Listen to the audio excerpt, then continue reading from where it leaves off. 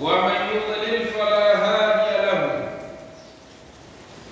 وأشهد أن محمدا عبده ورسوله صلى الله عليه وعلى آله وأصحابه ومن تبعهم بإحسان إلى يوم يلقاه وبعد.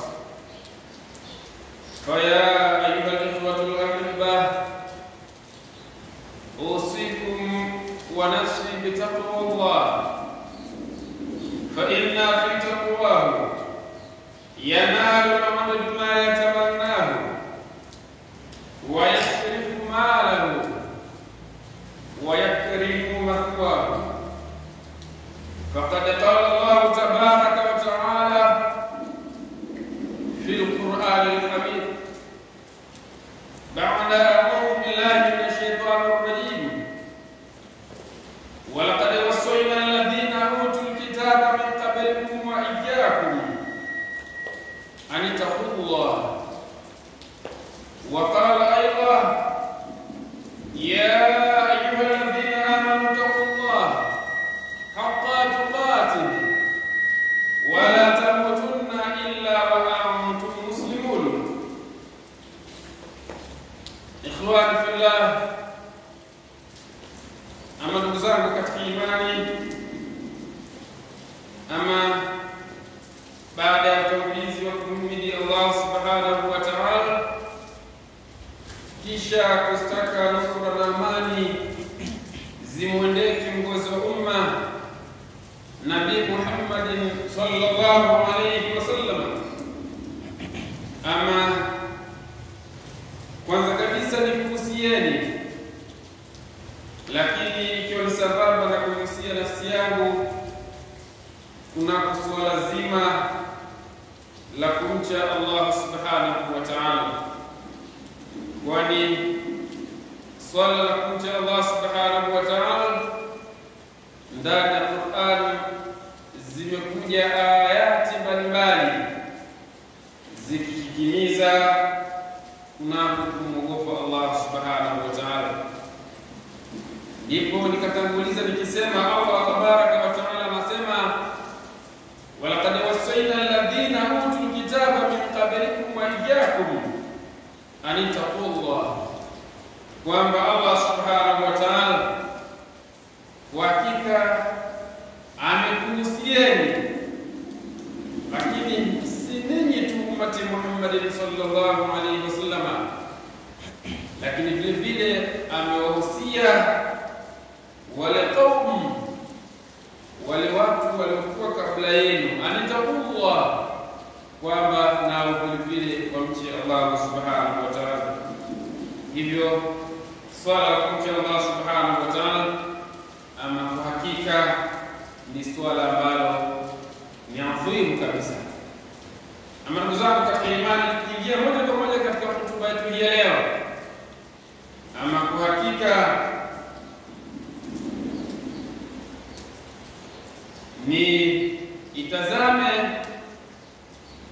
aya ya 183 iliyoko katika sura ya pili, suratul Baqara. Aya hii ni aya ambayo kwa hakika tukiwa tumo ndani ya mwezi mtukufu Ramadhani, ni aya ambayo imekuwa ikakaririwa mara nyingi sana katika mimbari, kwa sababu ni aya ambayo inahusisha moja kwa moja umuhimu wa huu mwezi mtukufu Ramadhani, mwezi tulionao. Hivyo nikaona kwa sababu aya hii toka mwanzo wa mwezi imekuwa ikikaririwa, nikaona ni vema, kwa sababu tunaingia katika masiku ya mwisho wa mwezi mtukufu Ramadhani, na vile vile nimalizie Ijumaa ya Ramadhani ya mwaka huu, nami ikiwa ninaikariri aya hii. Ndugu zangu katika imani, Allah subhanahu wa ta'ala katika aya hii anatukumbusha akisema: ya ayyuhalladhina amanu kutiba alaykumus siyam kama kutiba alal ladhina la'allakum tattaqun ayyaman ma'dudat faman kana minkum maridan aw ala safarin fa'iddatun min ayyamin ukhra ila al-akhir al-aya. Ndugu zangu katika imani, Allah anaongea na waumini kwa maana kwamba wewe pamoja na mimi, akiwaita akisema ya ayyuhalladhina amanu kutiba alaykumus siyam, enyi mlioamini kwa hakika kutiba alaykumus siyam, ai furillah walladhi faradahu huwa Allah subhanahu wa ta'ala.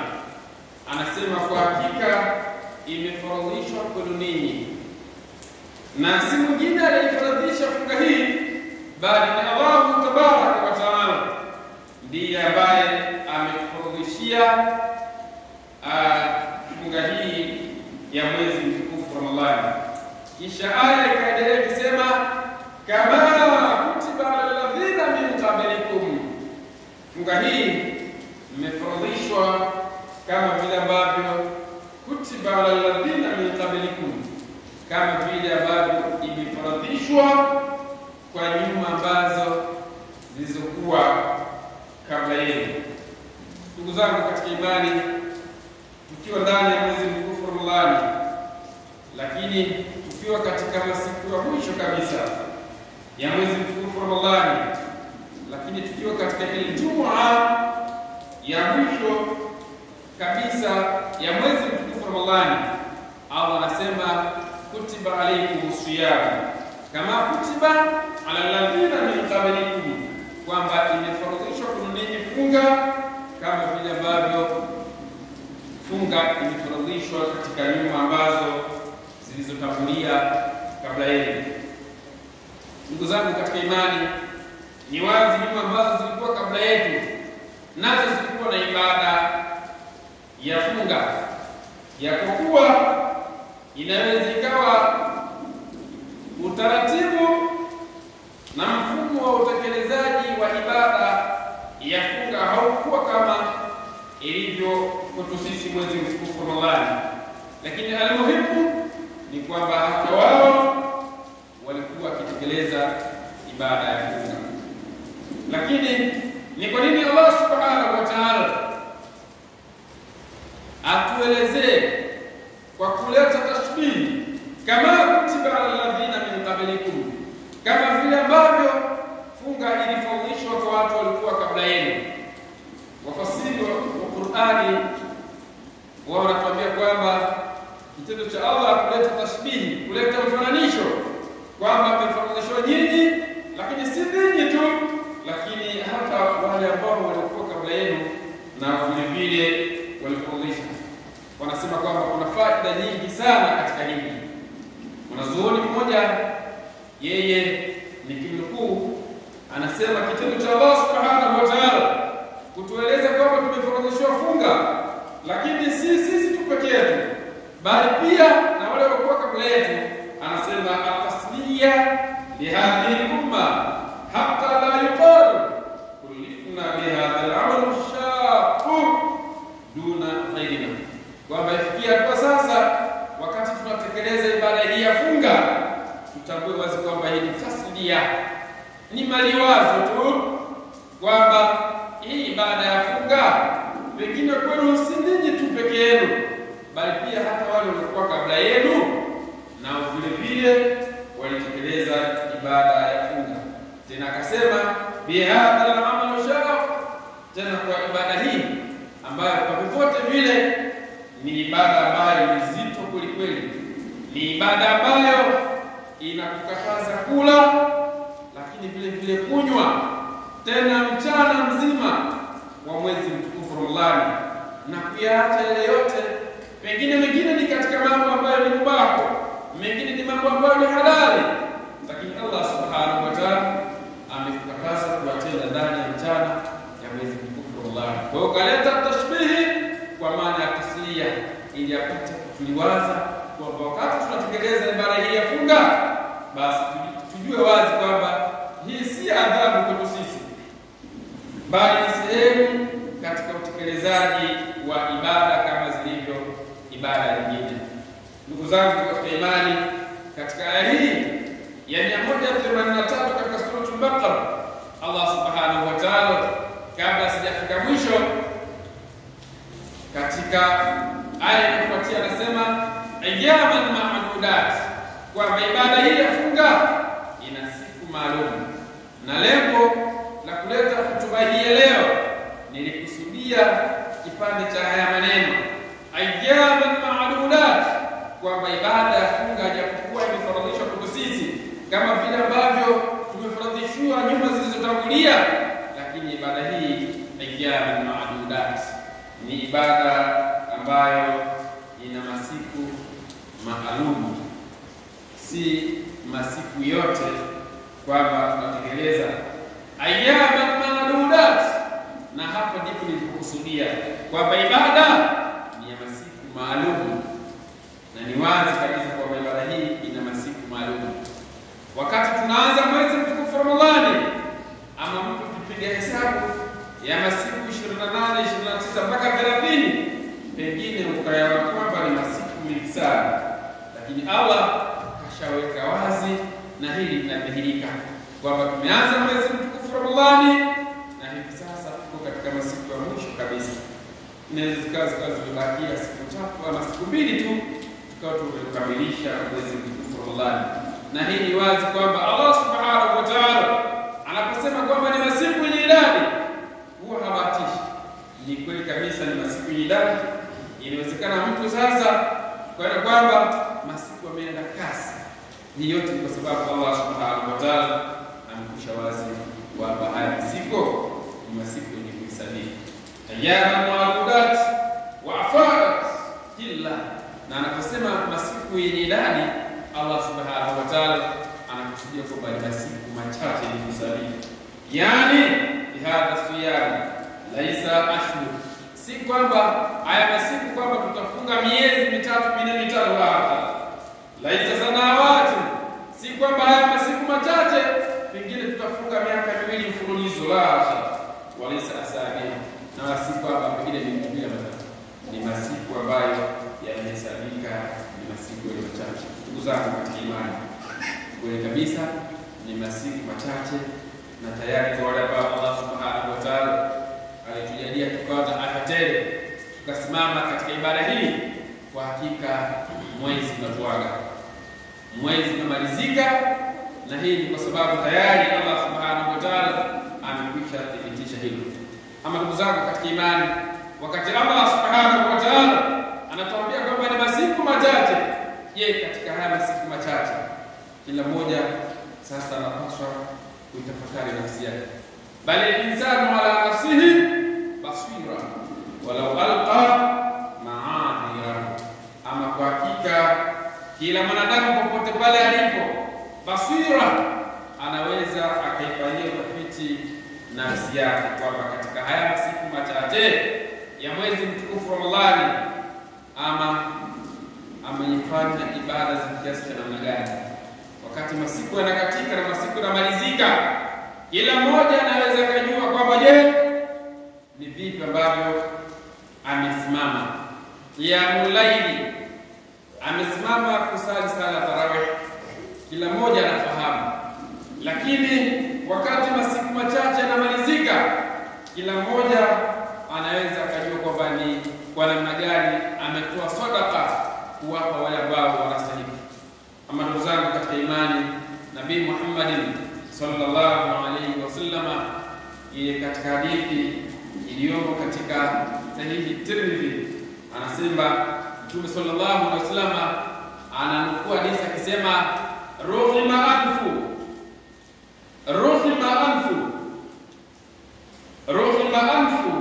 thalatha marrat.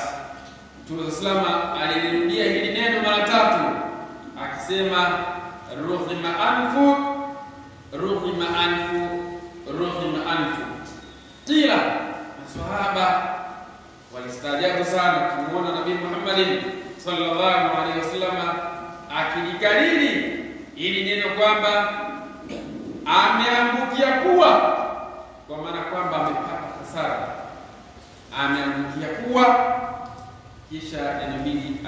kufika lini mara tatu hizi. Masahaba wakamuuliza, ya Rasulullah, mjumbe wa Allah, ni nani huyo ambaye kakukia kuwa? Mtume sallallahu alayhi wasallam anasema, rajul adrakahu shahr Ramadan falam yaghfir lahu, au fi riwaya ruhima anfu rajul adkhala alayhi Ramadan thumma salafa falam yaghfir lahu.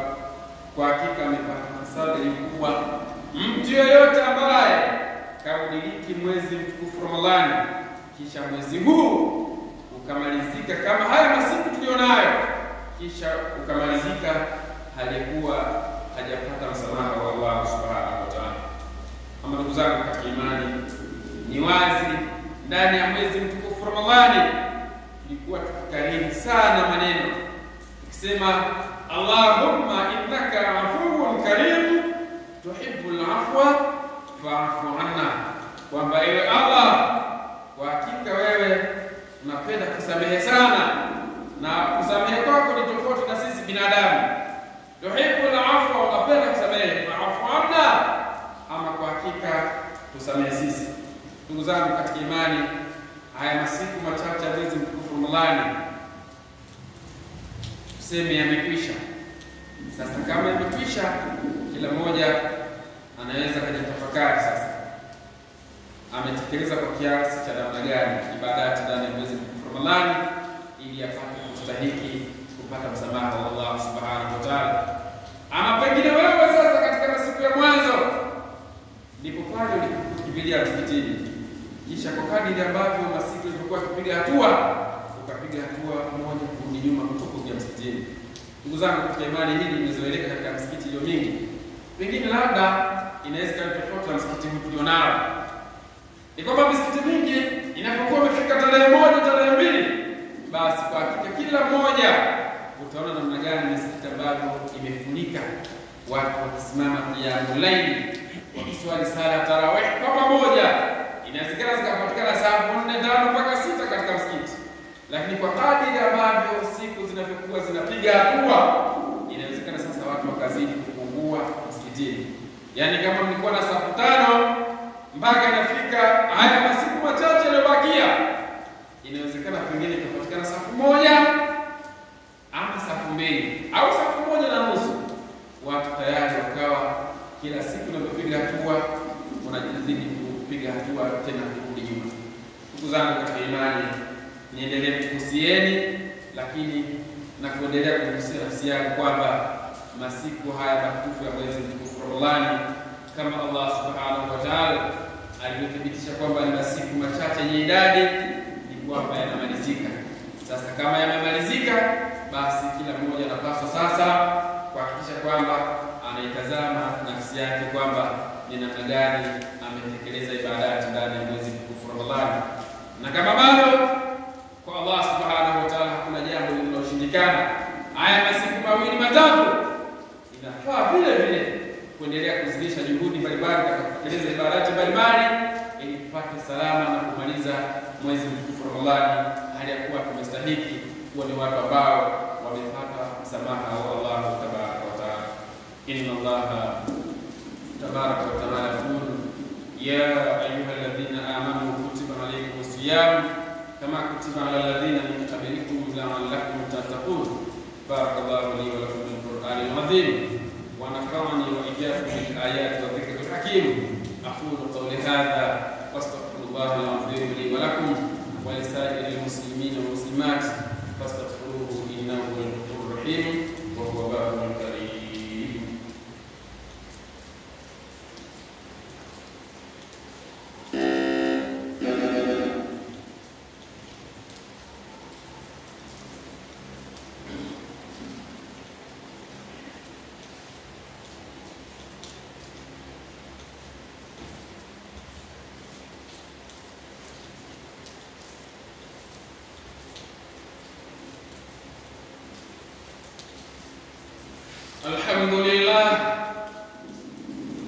Alhamdulillah rabbil alamin, wassalatu wassalamu ala ashrafil mursalin wa ala alihi wa sahbihi wa man tabi'ahum bi ihsani ila yawmiddin, amma ba'd.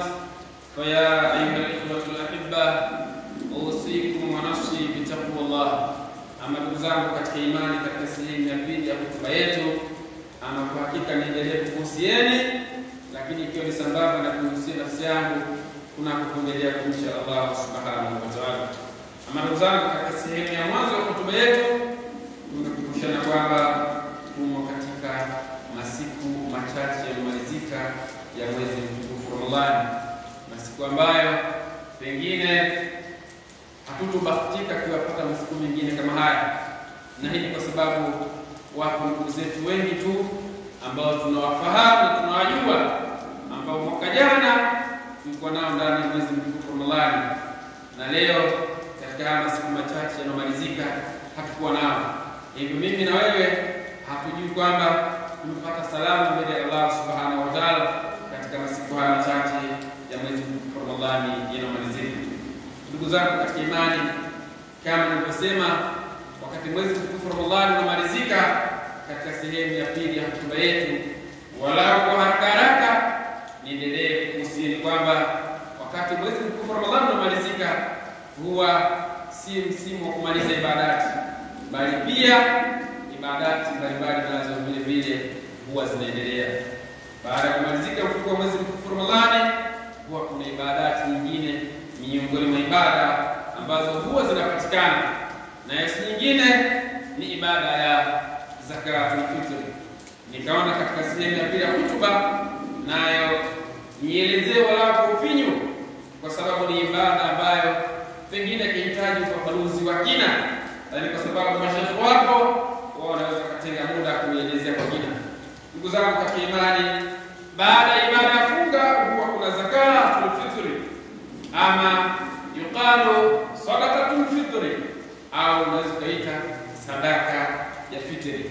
Ni ibada ambayo mimi na wewe vile vile bado tunapaswa kuitekeleza, na muda wake sasa ni katika haya masiku machache mawili matatu yaliyobakia ambayo tunapaswa nayo kuitekeleza, kwa sababu ni ibada ambayo inataalamu na kuambatana na ibada ya funga.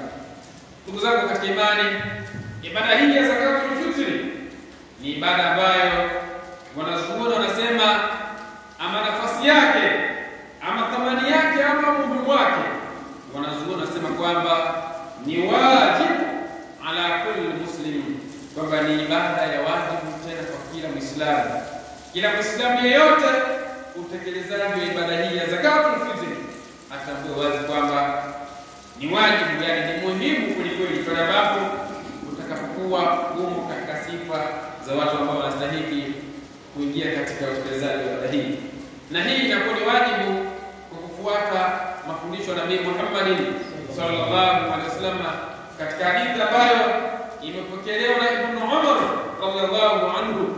Yanasema qala Rasulullah sallallahu alaihi wasallam, farada Rasulullah sallallahu alaihi wasallam sadaqatul fitr min Ramadan sa'an min tamrin aw sa'an min sha'ir ala al-'abd wal-fard wal-dhakr wal-untha was-saghir wal-kabir min al-muslimin. Ibn Umar anamkuu Nabii Muhammad sallallahu alaihi wasallam akisema, kwa hakika Mtume amefaradhisha ibada ya sadaka ya fitri. Tena ibada hii imefaradhishwa ni swala, ni pishi ya tamri, tende, shamir. Lakini ibada hii maana al-abid ni ibada ambayo inatakiliwa itekelezwe na mtumwa wal-hurr, na mtu aliye huru, nayo ni wajibu kuitekeleza. Lakini ni ibada ambayo al-dhakar, mwanaume naye anapaswa kuitekeleza, kwa untha vile vile mwanamke kwake ni wajibu kuitekeleza ibada hii ya zaka. Tena was-saghir wal-kabir, tena ni ibada ambayo inamgusa mtoto mdogo, lakini vile vile ni ibada ambayo inamgusa mtu mzima. Ama ndugu zangu katika imani, ibada hii ya zaka ya fitri ni ibada ambayo inapaswa mtu kuitoa an nafsihi wa aman talzamuhu nafaqatuhu. Inampasa mtu kuitoa, yani mtu mwenyewe, lakini si yeye tu, mpaka wale ambao talzamuhu nafaqatuhu, wale ambao wanamlazimu kusimama katika matumizi yao. Yani wewe Muislamu, mwana hii ya zaka, lakini si wewe tu, hata wale wote ambao wanahitaji matumizi kutoka kwako na wanapaswa kutolewa zakatul fitri. Kwa maana kwamba kama utakuwa na miara, utakuwa na familia, ama uko na watoto 4, 5, 6, lakini si watoto tu, pengine unaishi na mama yako, shangazi yako ama mdogo wako katika familia moja, wewe ukawa ndiye kiongozi ambao wao wanahitaji matumizi kupitia kwako, basi inakulazimu wewe kutoa sadaka hii kwa niaba ya kwako wewe mwenyewe, lakini wale ambao wanapaswa kuhitaji kutokea kwako. Ndugu zangu katika imani, zaka hii ya fitri huwa ina sifa zake. Ili mtu uone sifa ya kutekeleza ibada hii ya zakatul fitri, anasema tajibu ala man fadla qutihi wa quti man talzamu nafaqatuhu wa hawajihi daruriyya fi yawm al-eid wa layla. Ili uingie katika sifa utekelezaji, basi ni kwa wale ambao wamepata fadhila, wamepata ziada ya chakula, kwa maana kwamba kama una uhakika kwamba siku ya Eid, mchana wa siku ya Eid na usiku wake una uhakika wa kuwa na msosi, basi wewe unapaswa kutekeleza ibada hii ya zakatul fitri. Kilichozidi basi unatakiwa kumtolea zaka hii ya fitri, kumtolea mtoto wako, kumtolea mke wako, lakini vile vile kujitolea wewe mwenyewe. Ama ndugu zangu katika imani, ni lipi lengo, walau kwa haraka na kwa muda mchache wa hotuba, ni lipi lengo la Allah subhanahu wa ta'ala kupitia kwa Nabii Muhammad sallallahu alaihi wasallam kutufaradhishia hii zakatul fitri? Lengo lake ni lipi? Ama hekima yake ni lipi?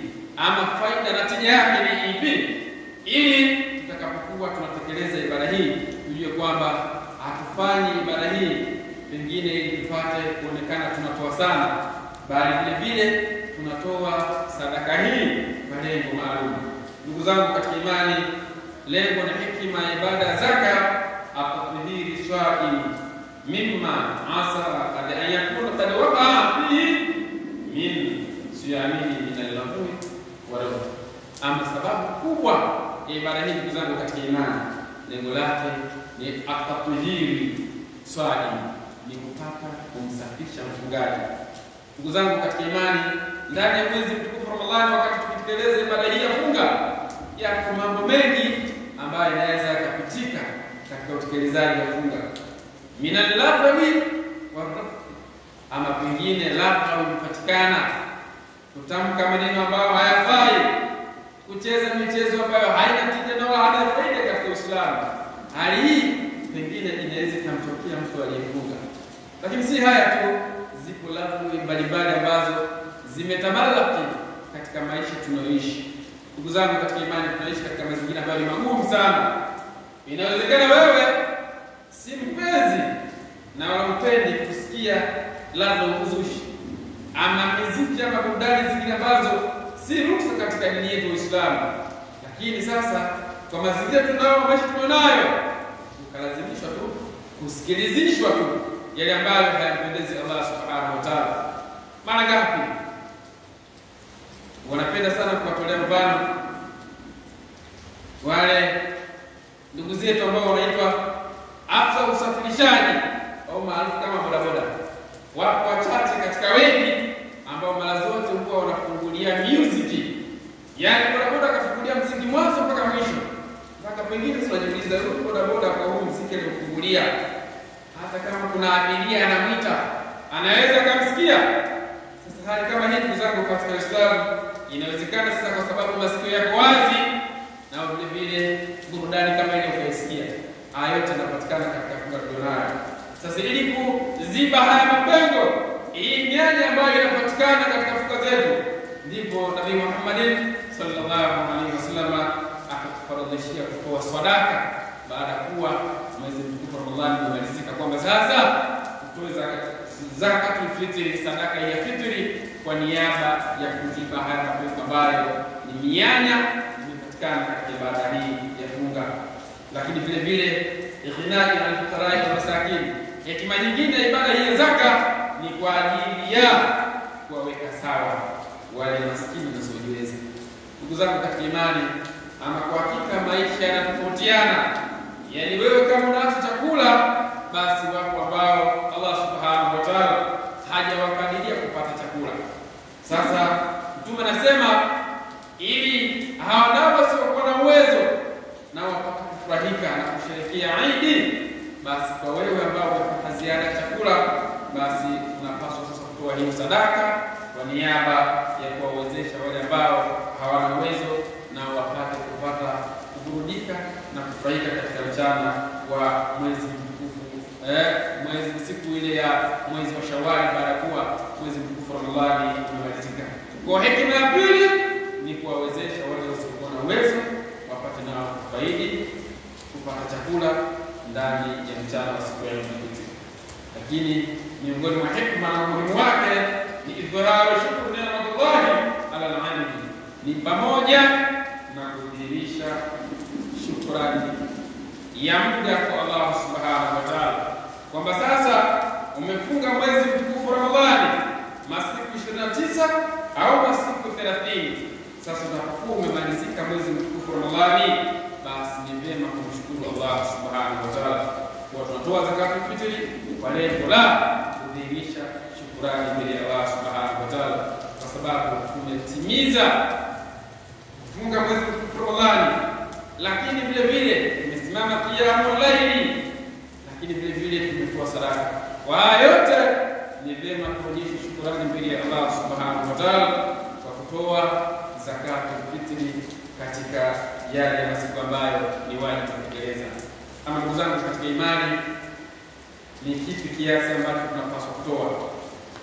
Ama miqdaru alwajib, ama kiasi cha wajibu ambacho tunatakizwa kukitoa ni sa'i min ghaliqut ahli albalad, ni kutoa pishi. Wanazuoni kusema pishi kilo 2.5 cha chakula cha ahli albalad, chakula ambacho kinapendeza katika mji. Hapo mara nyingi vipo vyakula ambavyo vinapendeka sana, lakini ubwabwa na hakika unapendeka zaidi. Kwa hiyo ni vyema sasa wakati tunaingia katika Eid, basi hakikisha kwamba tunajiandaa kwamba tutoe kilo 2.5 za mchele kwa niaba ya kuwawezesha. Kwa maana kwamba kama utakuwa ni wewe, basi toe kilo 2.5 kwa ajili yako, kwa ajili ya mkeo, utoe zile zingine kwa ajili ya mtoto, ama wale wote walioko katika familia yako watoe zakati kwa kadri ambavyo Allah subhanahu wa ta'ala anakuwezesha. Tumuombe Allah subhanahu wa ta'ala atuwezeshe na kutufikisha kukamilisha mwezi huu wa Ramadhani. Tumuombe Allah subhanahu wa ta'ala atuwezeshe kukamilisha na kutekeleza ibada ya zakatul fitr. Inna Allaha wa malaikatahu yusalluna 'alan nabiy ya ayyuhalladhina amanu sallu 'alayhi wa sallimu taslima. Allahumma salli 'ala Muhammadin wa 'ala ali Muhammadin kama sallaita 'ala Ibrahim wa 'ala ali Ibrahim wa barik 'ala Muhammadin wa 'ala ali Muhammadin kama barakta 'ala Ibrahim wa 'ala ali Ibrahim fil 'alamin innaka Hamidum Majid. Wallahu 'anil khulafa'i ar-rashidin hummat al-islam أمير المؤمنين سيدنا أبو بكر بن الصديق، وأمير المؤمنين سيدنا عمر بن الخطاب، وأمير المؤمنين سيدنا عثمان بن عفان، وأمير المؤمنين سيدنا علي بن أبي طالب، وبقية أصحاب رسول الله صلى الله عليه وسلم أجمعين. اللهم اغفر للمؤمنين والمؤمنات والمسلمين والمسلمات الأحياء منهم والأموات إنك قريب مجيب دعوات، يا قاضي الحاجات، يا كافي المهمات. اللهم إنك عفو كريم تحب العفو فاعف عنا.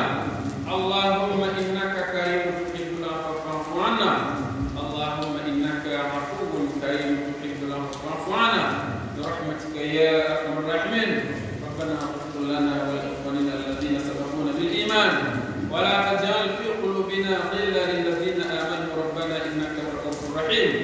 عباد الله، إن الله يأمر بالعدل والإحسان وإيتاء ذي القربى وينهى عن الفحشاء والمنكر والبغي يعظكم لعلكم تذكرون.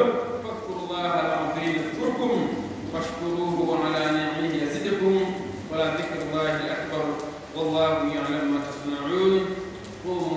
صلاتكم يرحمكم الله.